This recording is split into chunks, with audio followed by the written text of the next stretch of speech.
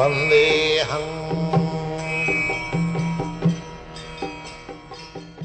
following is the lecture on Srimad Bhagavad Gita, Introduction 2nd, given by His Divine Grace, A.C. Bhaktivedanta Swami Prabhupada, recorded on 19th February 1966 in New York.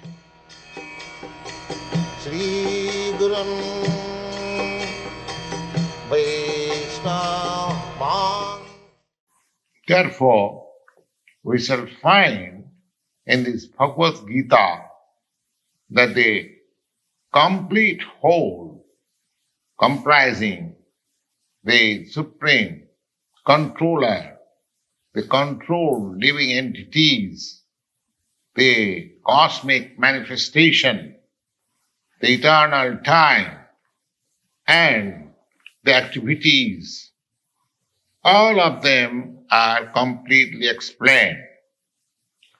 So, the whole thing taken together completely is called the Absolute Truth.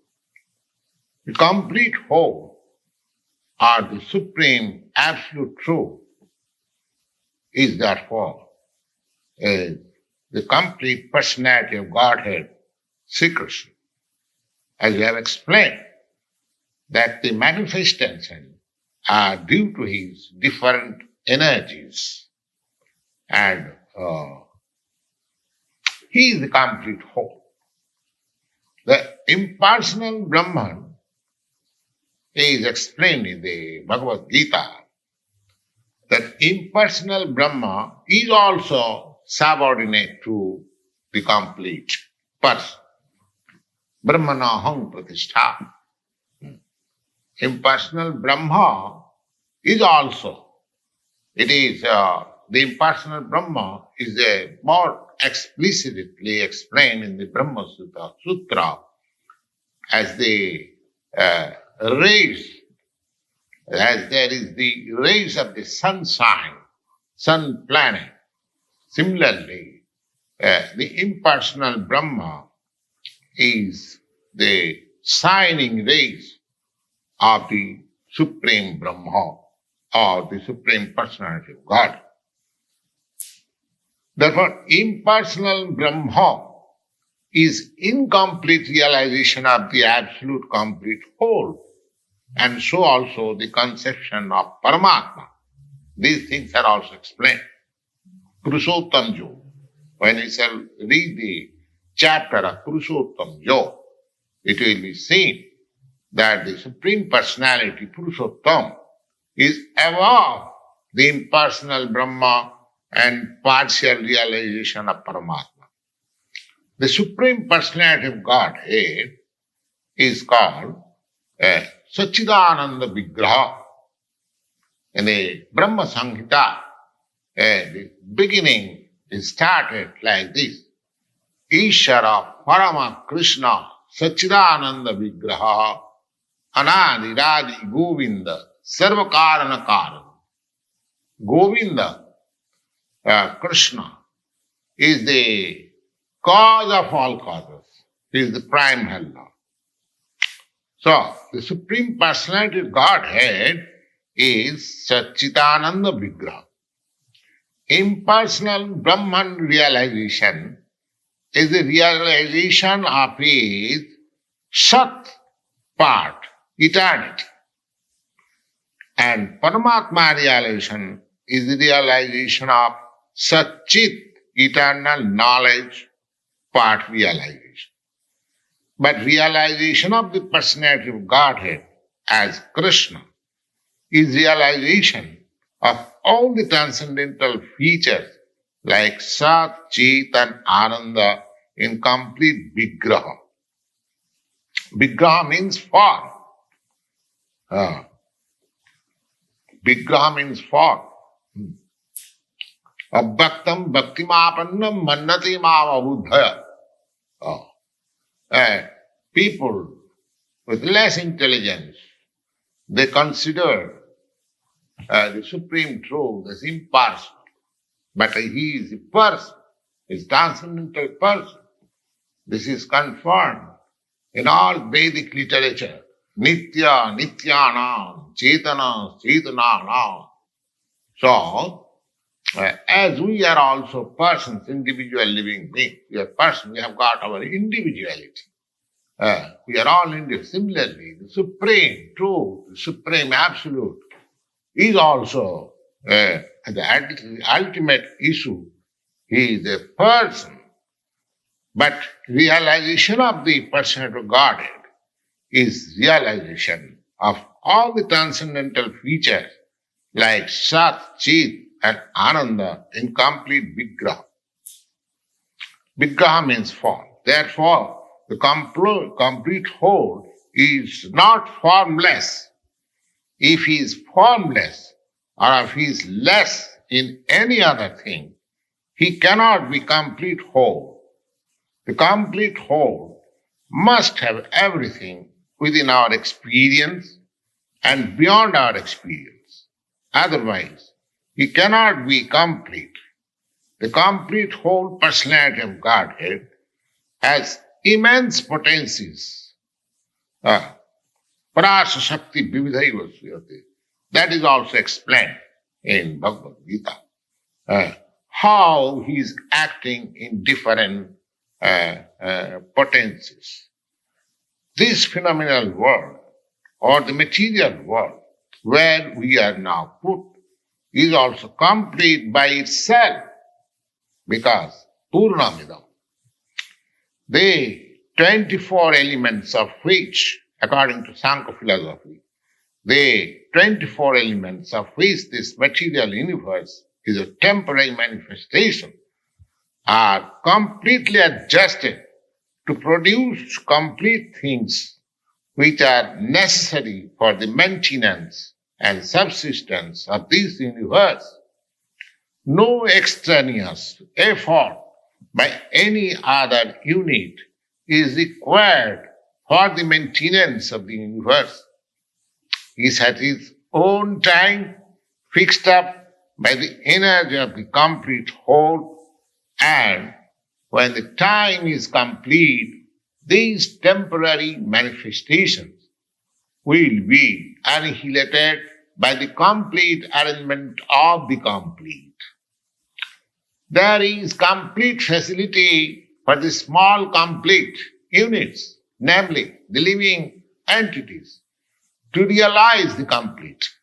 And all sorts of incompleteness is experienced on account of incomplete knowledge of the complete. So, the Bhagavad Gita is the complete knowledge of the Vedic wisdom. The whole Vedic knowledge is infallible. There are different examples how we take Vedic knowledge as infallible. Take for example, so far the Hindus are concerned and how they accept the Vedic knowledge as complete. Here is an insignificant example. Just like the cow dung. The cow dung is the stool of an animal. According to Smriti or Vedic wisdom, if one touches the stool of an animal, he has to take his bath to purify himself.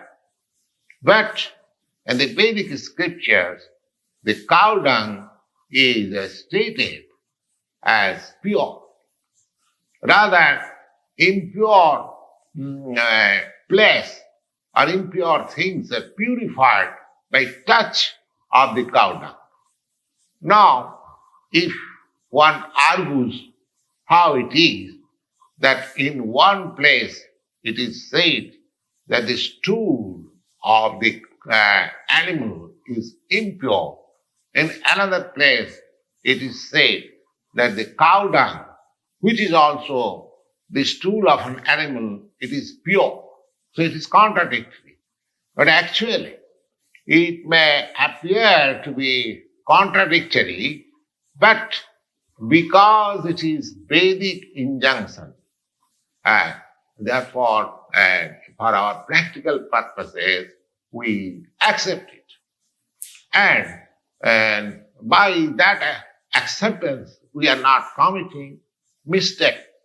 It has been found by modern chemists, modern science. One doctor, Lal Mohan Ghosa, he has very minutely analyzed the cow dung, and he has found the cow dung is a composition of all antiseptic properties. So similarly, he has also analyzed the water of the Ganges out of curiosity. So my idea is that Vedic knowledge is complete because it is above all doubts and all mistakes. And Bhagavad Gita is the essence of all Vedic knowledge. The Vedic knowledge is therefore infallible. It comes down to the perfect disciplic succession.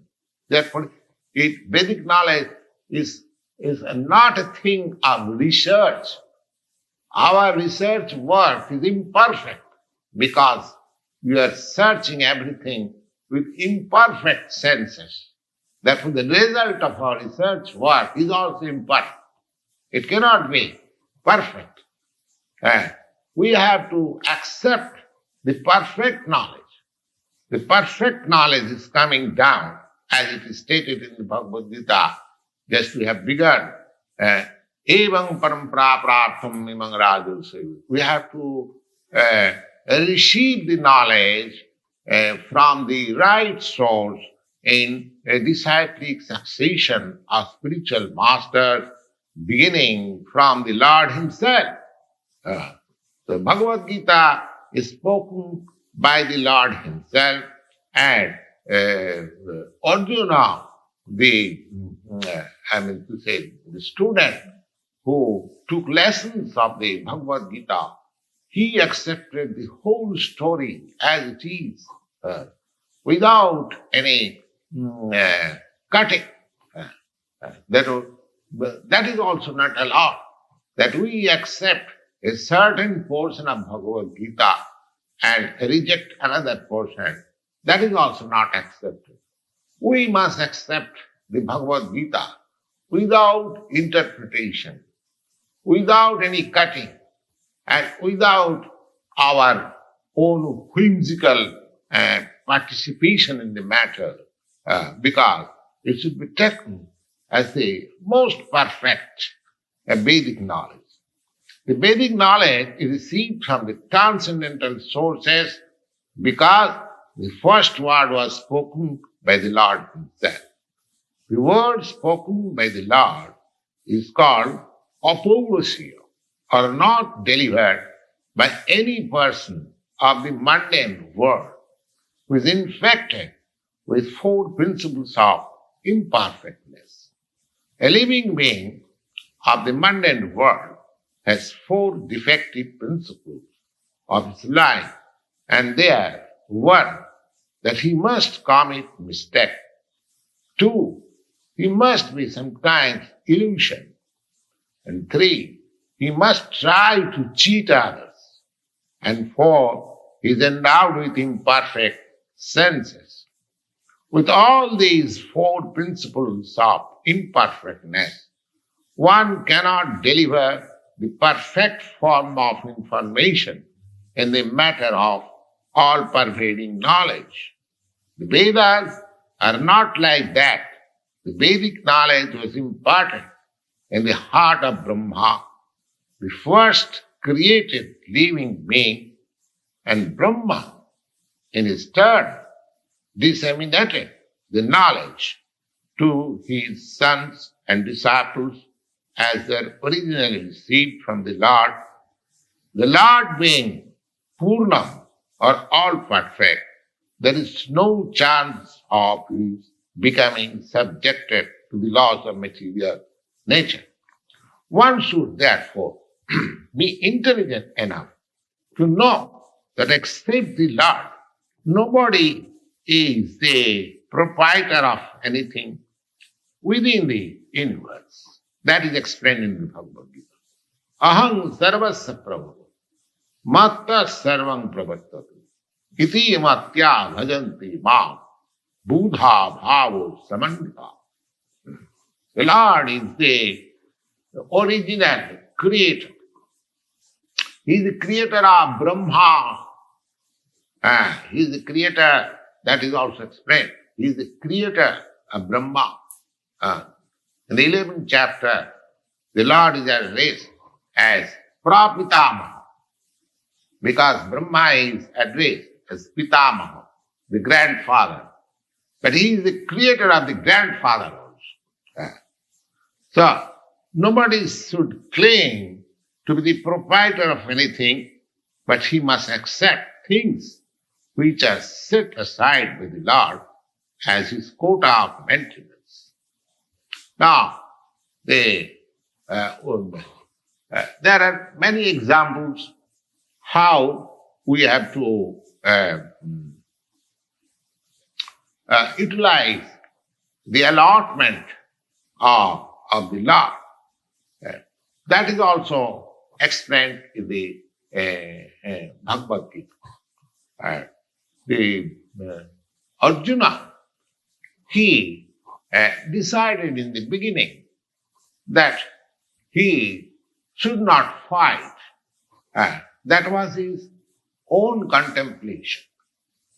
Arjuna said to the Lord that it was not possible for him to enjoy the kingdom after killing his own kinsman. And that point of view was due to his conception of the body, because he was thinking that the body was himself, and the body, the relatives, his brothers, his nephews, his father-in-law or his grandfather, they were expansion of his body, and he was thinking in that way to satisfy his bodily demands. And the whole thing was spoken by the Lord just to change the view, and he agreed to work under the direction of the Lord, and he said, Korisi bachanam tava. Therefore, in this world, the human being is not meant for quarreling like the cats and dogs. They must be intelligent enough to realize the importance of the human life and refuse and to act like ordinary animals. A human being should realize the aim of human life. This direction is given in all the Vedic literature, and the essence is given in the Bhagavad Gita. The Vedic literature is meant for the human being and not for the cats and dogs. The cats and dogs can kill their eatable animals, and for that there is no question of sin or their part. But if a man kills an animal for the satisfaction of his uncontrolled taste, he must be responsible for breaking the laws of nature. And in the Bhagavad Gita, it is clearly explained that there are three kinds of activities according to the different modes of nature. The activities of goodness, the activities of passion, the activities of ignorance. Similarly, there are three kinds of eatables also.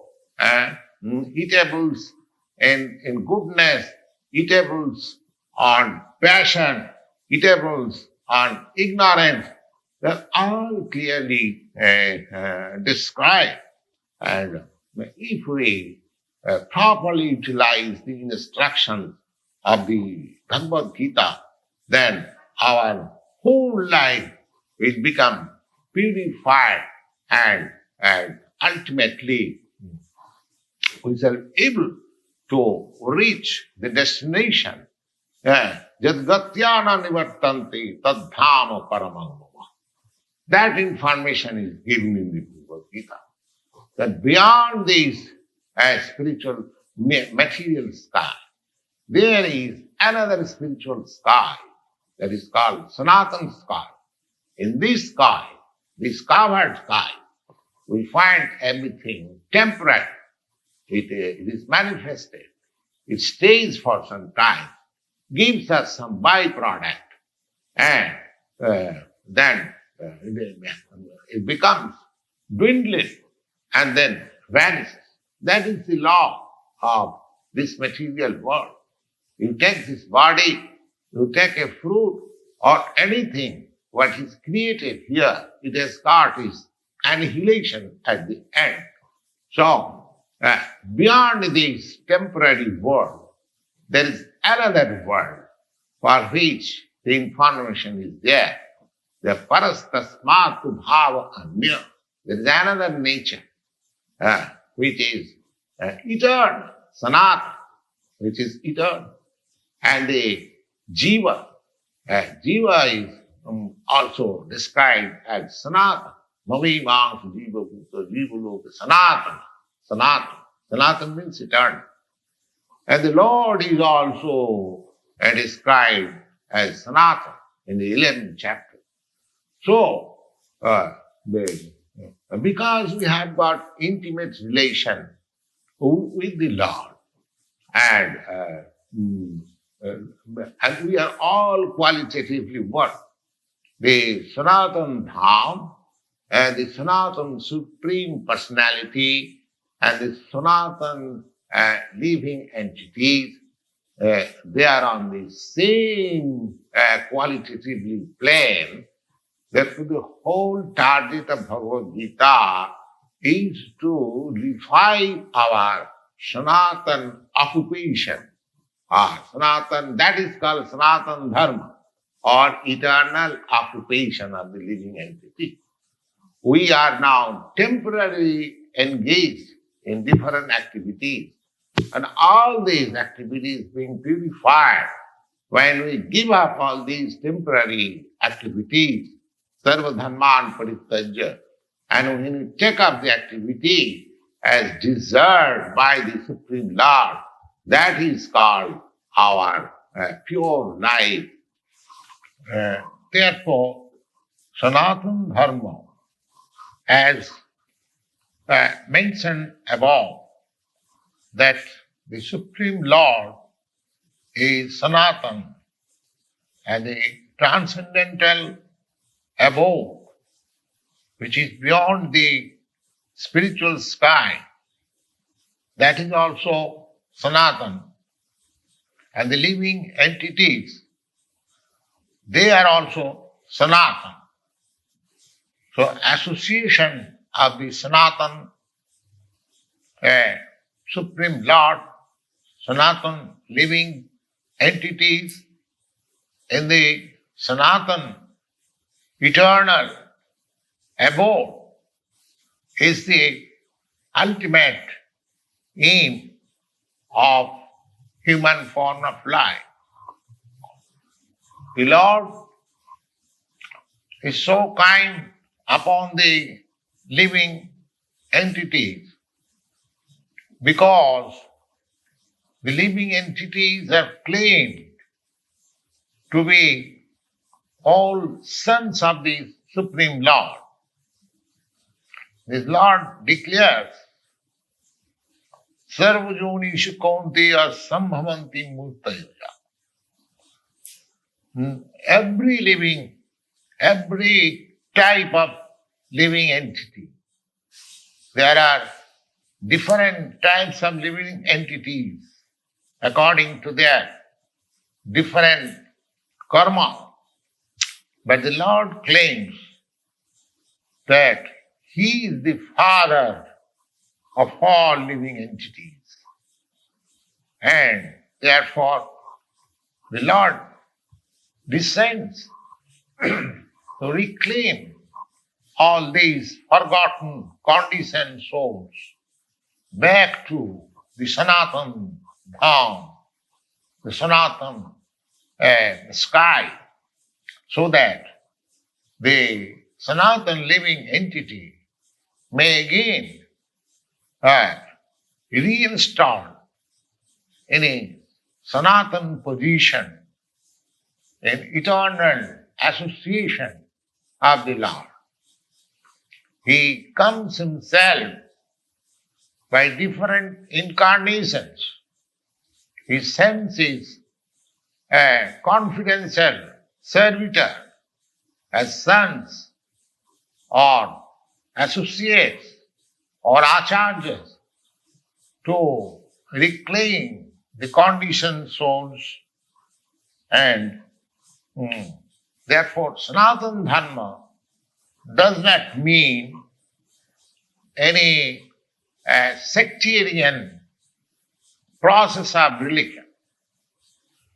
It is the eternal function of the eternal living entities in relationship with the eternal Supreme Lord. Now, so far Sanatana-dharma is concerned, it means the eternal occupation. Sripad Ramanujacharya has explained the word Sanatana as the thing which has neither any beginning nor any end. And when we speak of Sanatana-dharma, we must take it for granted on the authority of Sripad Ramanujacharya that it has no beginning nor any end. The word religion is a little different from Sanatana-dharma. Religion conveys the idea of faith. Faith may change. One may have faith in a particular process, and he may change the faith afterwards and adopt another faith.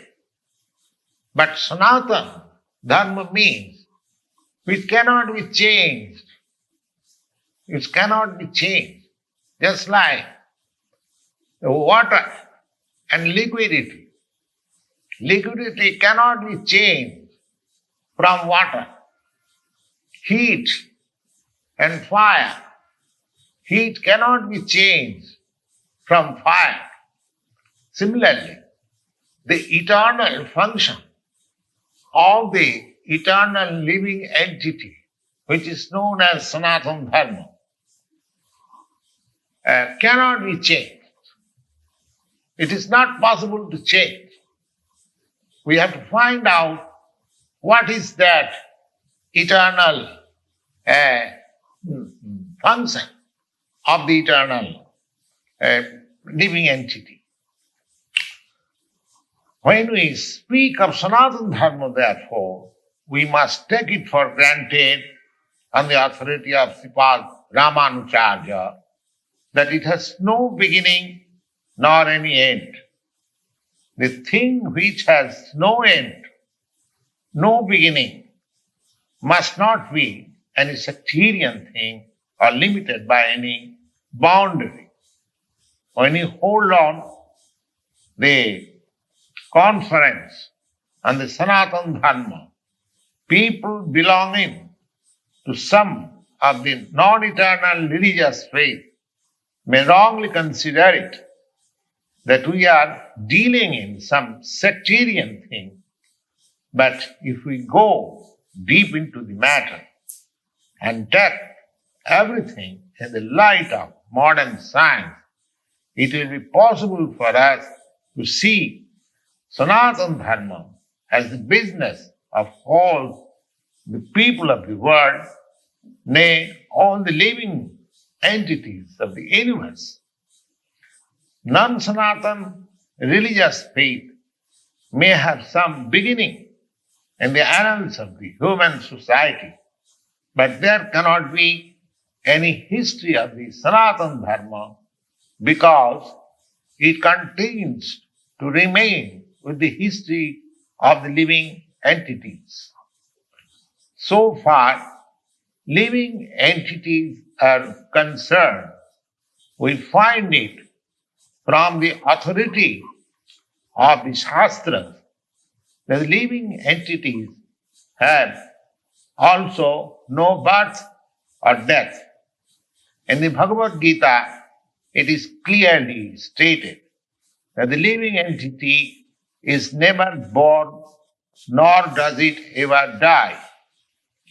He is eternal, indestructible, and continues to live after the destruction of his temporary material body. With reference to the above concept of Sanatana-dharma, we may try to understand the concept of religion. From the Sanskrit root meaning of the word dharma, it means that which is constantly with the particular object. As we have already mentioned, when you speak of fire, it is concluded at the same time that there is heat and light along with the fire. Without heat and without light, there is no meaning of the word fire. Similarly, we must find out the essential part of a living being which is always companion with him. That part of constant companion of the living being is his eternal quality, and the eternal part of the living being's quality is his eternal religion. When Sanatana Goswami asked Lord Sri Chaitanya Mahaprabhu about the Sarup, we have already discussed about the Sarup of every living being. Sarup, or real constitution of the living being, the Lord replied that the constitutional position of the living being is to render service to the Supreme Personality of Godhead. But if we analyze this part of the statement of Lord Chaitanya, we can very well see that every living being is constantly engaged in the business of rendering service to another living being. A living being serves another living being in different capacities, and by doing so, the living entity enjoys life. A lower animal serves a human being, a servant serves his master, A serves B master, B serves C master, and C serves D master, and so on. Under these circumstances, we can see that a friend serves another friend, and the mother serves the son, or the wife serves the husband, or husband serves the wife. If we go on searching in that spirit, it will be seen that there is no exception in the society of the living being where we do not find the activity of service. The politician presents his manifesto before the public and convinces voters about his service capacity. The voter also gives the politician his valuable vote on expectation that the politician will give service to the society. The shopkeeper serves the customer, and the artisan serves the capitalist. The capitalist serves his family, and the family serves the headman in terms of the eternal capacity of eternal being. In this way, we can see no living being is exempted from the practice of rendering service to other living beings, and therefore we can conclude that service is a thing which is the constant companion of the living being, and therefore it may be safely concluded that rendering of service by a living being is the eternal religion of the living being.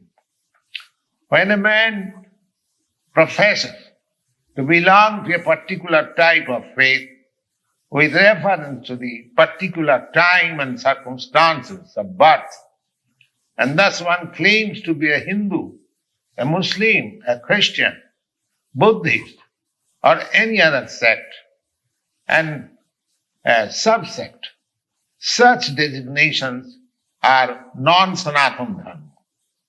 A Hindu may change his faith to become a Muslim, or a Muslim may change his faith to become a Hindu or a Christian, etc. But in all circumstances, such change of religious faith does not allow a person to change his eternal engagement of rendering service to others.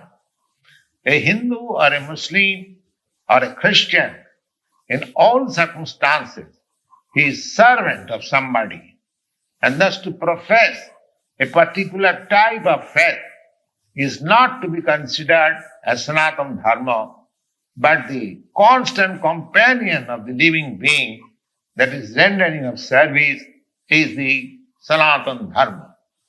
So, factually, we are related in the service relationship with the Supreme Lord. The Supreme Lord is the supreme enjoyer, and we, living entities, are eternally His supreme servitors. We are created for His enjoyment. And if we participate in that eternal enjoyment with the Supreme Personality of Godhead, that makes us happy, not otherwise. Independently, as you have already explained, that independently, any part of the body, the hand, the feet, the fingers, or any part of the body, independently cannot be happy without cooperation with the stomach.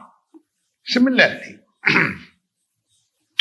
the living entity can never be happy without rendering his transcendental loving service to the Supreme Lord. Now, in the Bhagavad Gita, the worship of different demigods is not approved. It's not approved because it is said in the Bhagavad Gita, 7th chapter, 20th verse, the Lord says, Kamastastha hitagyanaha prapaddanti annadevataha. Kamastastha hitagyana. Those who are drifted by lust, only they worship the demigods other than the Supreme Lord, Krishna. We also may remember that when we speak of Krishna, it is not a sectarian name. The Krishna name means the highest pleasure. It is confirmed that the Supreme Lord is the reservoir is the storehouse of all pleasure. We are all hankering after pleasure. Anandamaya abhyasat. The living entities or the Lord, because we are full of consciousness, therefore our consciousness is after happiness. Happiness. The Lord is also perpetually happy.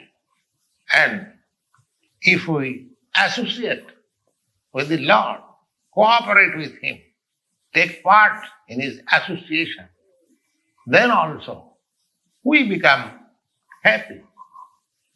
The Lord descends on this mortal world to show His pastime in Vrindavan, full of happiness.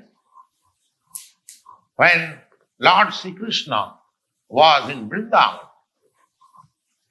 his activities with his cowherd boys friend, with his dancers, with his damsel friends, and with the inhabitants of Vrindavan, and his occupation of cow herding in his childhood, and all these pastimes of Lord Krishna was full of happiness. The whole of Vrindavan, the whole population of Vrindavan was after him. They did not know except Krishna. Even Lord Krishna restricted his father, Nanda Maharaj, in worshipping the demigod Indra, because he wanted to establish that people need not worship any other demigod except the Supreme Personality of God. Because the ultimate aim of life is to return to the abode of the Supreme Lord.